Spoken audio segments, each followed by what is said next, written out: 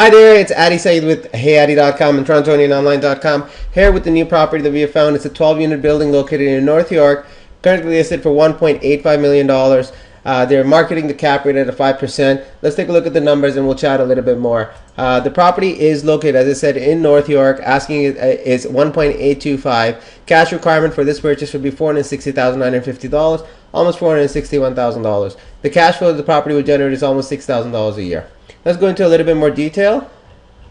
So, as mentioned, 1.825 is the asking on it. $1,460,000 is what the first mortgage would be. Down payment requirement is $365,000. Buying cost, which includes your down payment, your closing costs, land transfer tax, lawyer fees, environmentals, mortgage fees, everything works out to about $95,950, so almost $96,000. Total cash requirement was $461,000. Square foot with 12 units there, 10,900 square feet. Cost per unit, $167. Monthly rent per square foot is $108, which is really low. It should be around the $130 to $150. That's where you should be. Cost per unit is healthy, $152,000 per unit. Monthly average rent, $982 per unit. And this goes back to what I had said before. The dollars charged per unit is a little bit low over here. So loan to value 80%. There's no second mortgage on this one. The loan amount is $1,460,000, amortizing over 25 years at a 3% rate, works out to $6,909.38 for your monthly mortgage payment. Let's take a look at income. Gross income the property is generating, $11,781 per month, $141,372 per year, about $300 in income that you're making in laundry. Total gross, operating income is $142,144 per year. Taxes are $22,170, $5,160 per year for insurance, $2,364 and $9,018 for hydro and gas respective. So the gas is included in here. Hydro is included for 2 units, 11 and 12 I believe, and then the rest of the 10 units are paying hydro on top of it.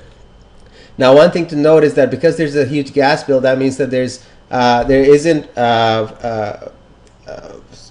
baseboard heating or anything like that, no electrical heating over there. So there might be some additional efficiency if you were to actually get the system audited and see if you can generate some additional efficiency over here. Waste and water is at 8666. This is pretty high compared to the size of the building. This should be a little bit lower. Cleaning and maintenance 3,900 and snow removal is 1,978. Now one thing that did not include over here in the number is management fee, but that's something that you would have to consider when you're looking at 12 units. Net operating income 7,406 and 88,867 per year, so the cap rate is based on this number. Mortgage payments that you have to make is 82,913 and the total cash generated is 59,54.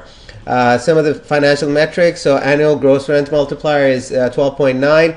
It's a little bit on the high side. Operating expenses, this is the big number that I want you to pay attention to, 37.5%. That means a big chunk of your money is actually being spent in the expenses. Anytime you have utilities that are extra, mind you, gas you cannot really make extra, but there are ways of spending some money and making it extra. This is a 37%. Property like this should be around the 20%, so there's quite a bit of efficiency that you can generate here.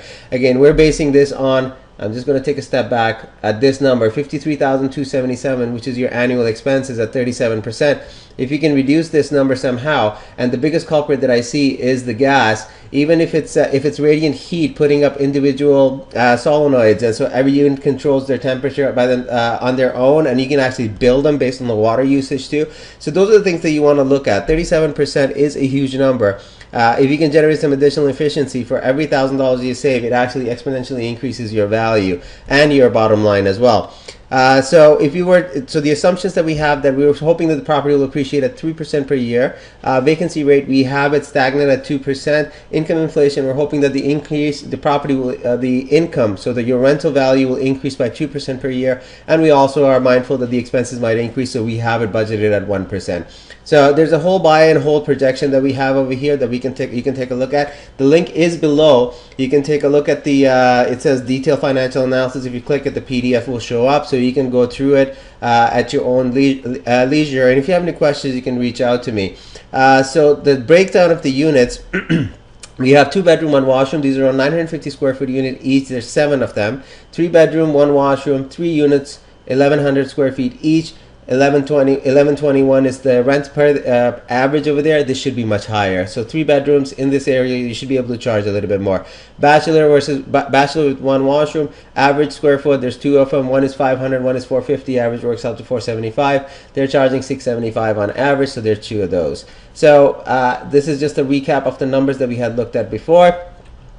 And the closing costs. So what we have is appraisal, which is around $2,500. Loan origination fees, I based it at 1% because a lot of times when you're getting into loan amounts as this one, which is high up there, the lenders don't usually compensate your brokers, and you need the brokers to go out and find you the best rate. So you might have to pay some fees over there, and the lenders sometimes charge a little bit of fee too. So they might have a fee, a lending fee that will charge. So it's somewhere around, depending on the lender, anywhere between 0.5% to 2%, but it all depends. So I put a 1% over there. There's legals, which is around $5,000 for you to have this done. Land transfer tax, which is a biggie over here, $65,200. Environmental, if the lender requires it, $3,000. And engineering report, if they require it, is around $2,000. So all in all, about $96,000 in your closing costs. If you want more information, or if you have any questions, feel free to reach out to me. 1-877-439-2339, or you can reach me Addy at heyaddy.com. Take care, and we will talk to you soon. Bye.